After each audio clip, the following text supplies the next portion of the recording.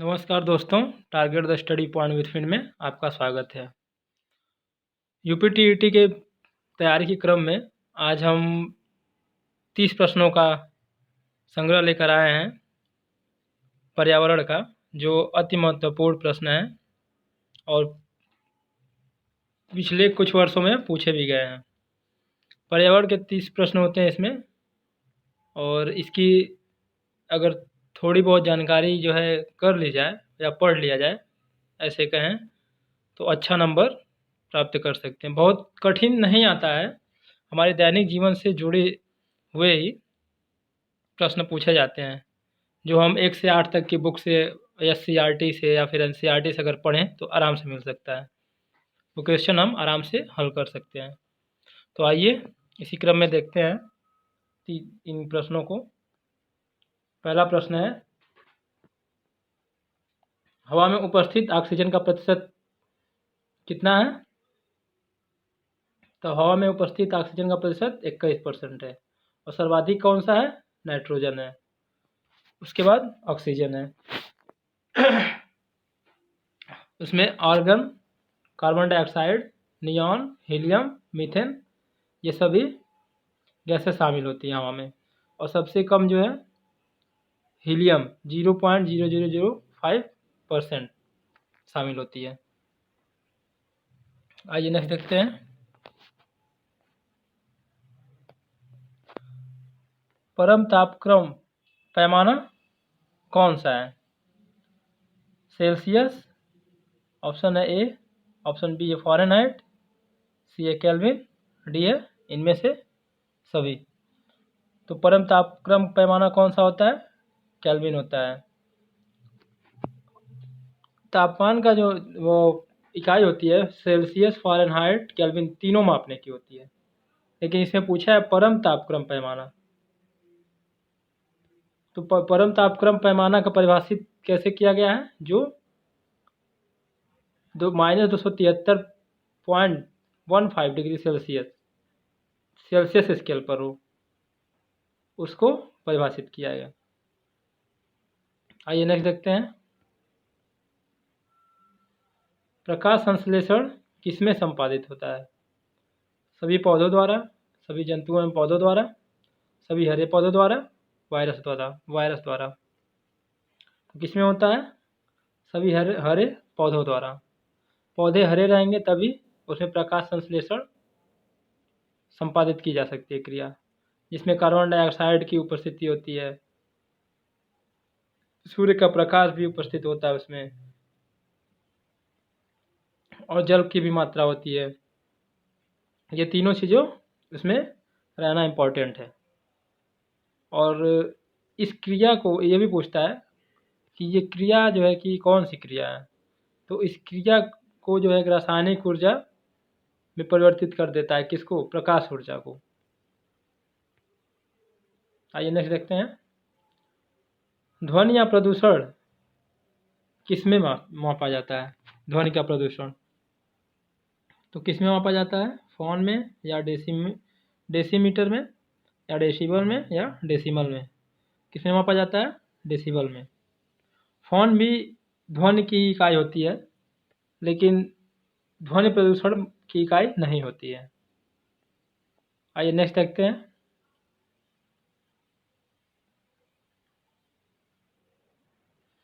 निम्न में से कौन पर्यावरण के लिए हानिकारक है?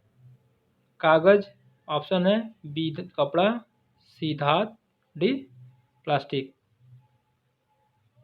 तो पर्यावरण के लिए कौन सा हानिकारक है? प्लास्टिक हानिकारक है, क्योंकि ये इसका अपघटन नहीं हो सकता है मिट्टी के साथ, और ये सब चीज़ें अपघटित हो सकती हैं।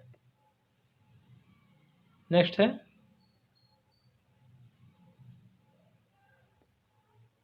निम्न में से कौन विश्व उष्मायन का कारण है? विश्व उष्मायन मतलब इसका अर्थ है विश्व में टेम्परेचर जो बढ़ रहा है, तापमान बढ़ रहा है, उसका कारण क्या है? तो ऑप्शन है जल प्रदूषण, मृदा प्रदूषण, वायु प्रदूषण, या ध्वनि प्रदूषण। तो विश्व उष्मायन का क्या कारण है? वायु प्रदूषण प्रमुख है। अब इसका जो वायु प्रदूषण आप लोग सोचेंगे कि कैसे है, तो वायुमंडल में उपस्थित वह होता है गैस जो तापीय और रक्त विकिरण रेंज के अंतर्गत विकिरणों को अवशोषण कर लेता है वायु, और उसको फिर वही उत्सर्जित करता है, और वायु में मिल करके जलवाष्प, कार्बन डाइऑक्साइड, मीथेन और नाइट्रस ऑक्साइड, ये सब गैसें जो हैं मिल करके वायु की सांद्रता बढ़ा देती है, जिस कारण वायु प्रदूषण के कारण विश्व उष्मायन होता है। नेक्स्ट देखते हैं, महासागर के पृथ्वी पृष्ठ के अधिकांश जगह आवृत किया है, जो लगभग है। तो ये पूछ रहा है कि पृथ्वी महासागर जो है पृथ्वी के कितने प्रतिशत भाग पे फैला हुआ है। ये 71% भाग पे फैला हुआ है। अब 71% का मतलब इसको अगर आप निकालेंगे तो ये चूँकि अंश और हर में दिया है तीनों ऑप्शन, और तीनों ऑप्शन 71% का अगर निकालते हैं अंश और हर में, तो ये तीनों ऑप्शन कहीं मैच नहीं कर रहा है, इसलिए इसको आयोग द्वारा निरस्त माना गया था और सबको कॉमन नंबर दिया गया था।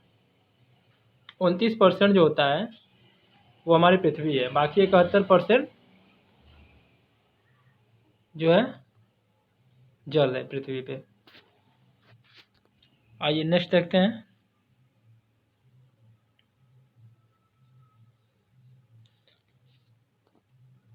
नेक्स्ट है स्टिलेक्टाइड एवं स्टिलेमाइट में निक्षेपण होता है, तो किस में होता है?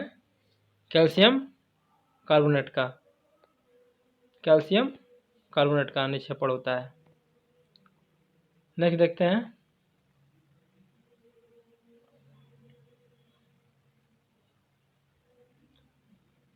निम्न में से कौन वायु प्रदूषण का एक उदाहरण है? धुआं, ऑप्शन है धुआं एवं कोहरा, ए ऑप्शन, बी ऑप्शन वाहनों से निकलने वाली गैस, सी ऑप्शन जलती लकड़ी की चारकोल से निकली गैस, और डी इनमें से सभी। तो वायु प्रदूषण के सभी उदाहरण हैं, चाहे धुआं एवं कुहासा हो, चाहे वाहनों से निकलने वाली गैस हो। वाहनों से निकलने वाली गैस में शीशा पाया जाता है, और जलती लकड़ी की चारकोल से निकली गैस भी वायु प्रदूषण है। आइए नेक्स्ट देखते हैं, भारत तथा दूसरे देशों में प्रदूषण को रोकने के लिए बनाए गए नियम जो किसके प्रयोग को रोकता है? तो प्लास्टिक के थैले के प्रयोग को रोकता है। भारत सरकार द्वारा या फिर अन्य देशों द्वारा अधिक से अधिक ये कोशिश रहती है कि प्लास्टिक के थैले कम से कम प्रयोग किए जाए, क्योंकि ये जल्दी से वातावरण में मिल नहीं पाते हैं, घटित नहीं हो पाते हैं, बहुत लंबे वक्त तक ये रहते हैं, और मृदा प्रदूषण के लिए बहुत जिम्मेदार होते हैं। आइए नेक्स्ट देखते हैं, पारिस्थितिकी तंत्र का उदाहरण है तालाब, ऑप्शन वायु, सी जल, डी मृदा। तो पारिस्थितिकी तंत्र का उदाहरण क्या है? तालाब। चूँकि पारिस्थितिकी तंत्र का उदाहरण इसमें इसलिए है क्योंकि यहाँ विभिन्न प्रजातियाँ पाई जाती हैं।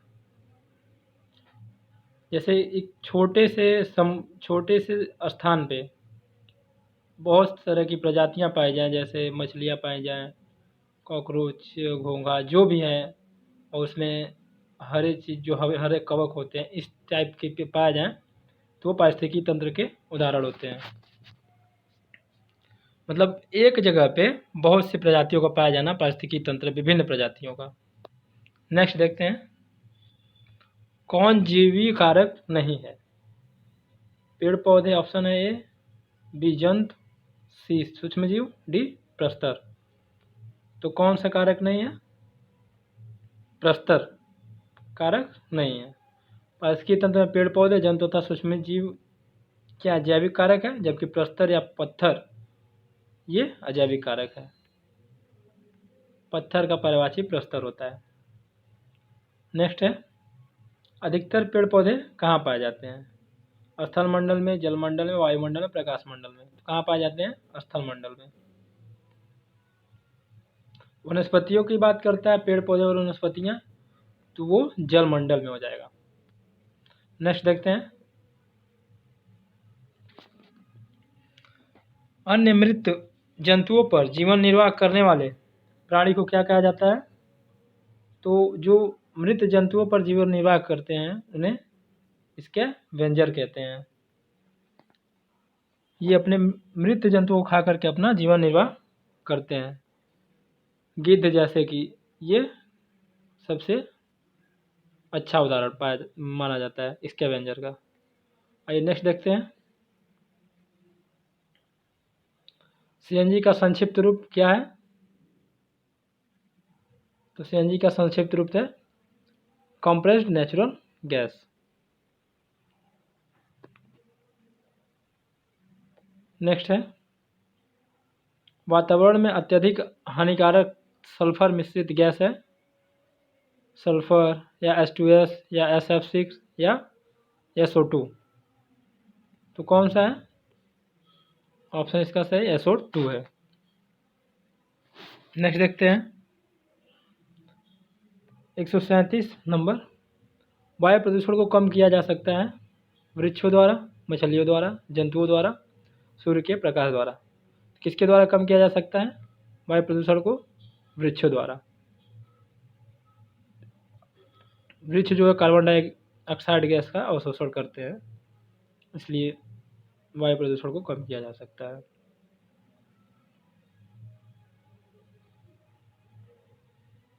नेक्स्ट है, विश्व पर्यावरण दिवस कब मनाया जाता है? 5 नवंबर को, 5 जनवरी को, 5 जून को, 5 सितंबर को। तो कब मनाया जाता है? 5 जून को। नेक्स्ट देखते हैं, सूर्य के हानिकारक किरणों में से पृथ्वी को कौन सा स्तर सुरक्षित रखता है? तो कौन सा सुरक्षित रखता है? ऑप्शन ए है आयन मंडल, बी है ओजोन स्तर, सी है क्षोभ मंडल, डी है चुंबक मंडल।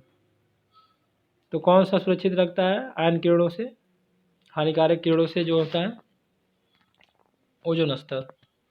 ओजोन लेयर जो होता है वो हमें पराबैंगनी किरणों, अल्ट्रावायलेट, इस टाइप की किरणों से पृथ्वी को जीवन बचाते हैं, जिससे स्किन कैंसर होता है इन सब चीज़ों से, इस किरणों से। आइए नेक्स्ट देखते हैं, किसी जगह के फ्लोरा और फौना किस बात को सूचित करते हैं? पेड़ पौधे एवं जंतुओं को, मछलियों एवं पेड़ पौधों को, जंतुओं मछलियों को, पक्षियों एवं पेड़ पौधों को। तो इसका आंसर होगा पेड़ पौधे एवं जंतुओं को। आइए नेक्स्ट देखते हैं,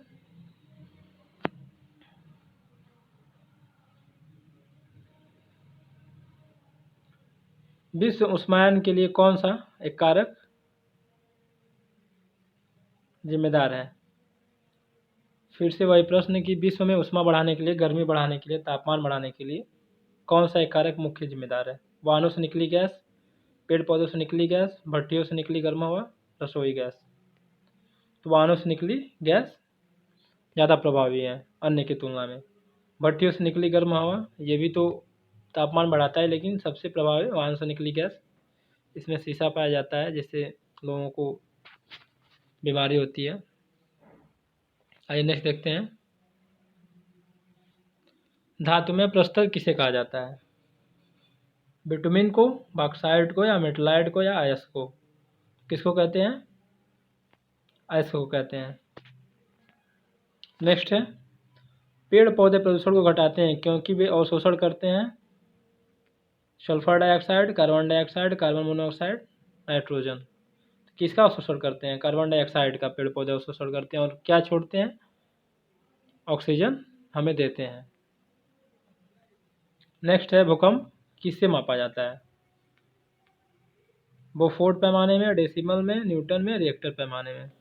भूकंप रिएक्टर पैमाने में मापा जाता है। भूकंप मापने की एक और इकाई होती है, उसका नाम है सिस्मोग्राफ। नेक्स्ट है, महासागरों में जल स्तर वृद्धि का क्या कारण है? ध्रुवीय प्रदेशों में बर्फ का पिघलना, अत्यधिक वर्षा, अम्ल वर्षा, इनमें से कोई नहीं। तो महासागरों में जल स्तर वृद्धि का कारण मुख्य जो है बर्फ का पिघलना ध्रुवीय प्रदेशों में। और ये क्यों पिघल रहा है? ग्रीन हाउस गैसों के ताप में वृद्धि हो रही है, जिसके कारण ये बर्फ पिघल रहे हैं, ग्लेशियर पिघल रहे हैं। आइए नेक्स्ट देखते हैं, निम्न में से कौन सी अंतर्राष्ट्रीय संस्था पूरे विश्व में सुरक्षा की देखभाल करती है? तो पूरे विश्व में पर्यावरण सुरक्षा की देखभाल करने वाली संस्था कौन सी है?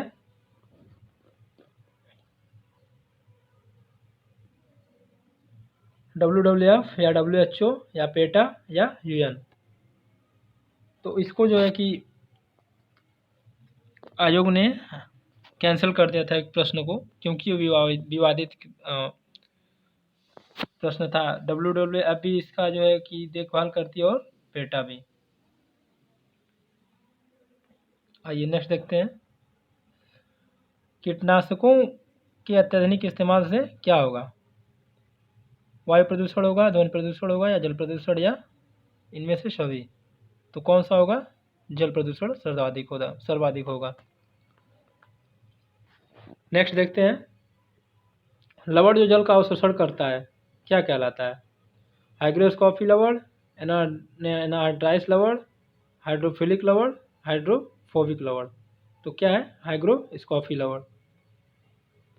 नेक्स्ट है, पारिस्थितिकी तंत्र में प्राकृतिक अधिवासों का संरक्षण तथा प्राकृतिक वातावरण में प्राकृतिक तंत्र में प्राकृतिक अधिवासों का संरक्षण तथा प्राकृतिक वातावरणों में प्रजातियों का जीवन क्षम जनसंख्या का रखाव एवं प्रतिप्राप्ति के लिए प्रयुक्त पद क्या है? ऑप्शन ए है क्रोड संरक्षण, स्वस्थानीय संरक्षण, अपस्थानीय संरक्षण, परिधीय संरक्षण। तो क्या है? स्वस्थानीय संरक्षण इसका सही उत्तर। नेक्स्ट देखते हैं, सामुदायिक कच्छपों को जीवंत जीवाश्म कहा जाता है क्योंकि वे 150 मिलियन वर्षों से भी अधिक समय से पृथ्वी पर उपस्थित हैं। भारतीय उपमहाद्वीप के जल भागों में पाए जाने वाले 5 प्रजातियों के समुद्री कच्छप में सबसे अधिक किसकी संख्या है? तो किसकी संख्या है? कैनप्स रेडिले का, ऑप्शन ए, ऑप्शन बी लागरहिल्ड का, ऑप्शन सी ऑलिव रिडले का, ऑप्शन डी फ्लैटबैक का। तो इसका आंसर है ऑलिव रिडले का। ये सर्वाधिक संख्या में पाए जाने वाली प्रजाति है। तो आज का वीडियो यहीं ख़त्म होता है।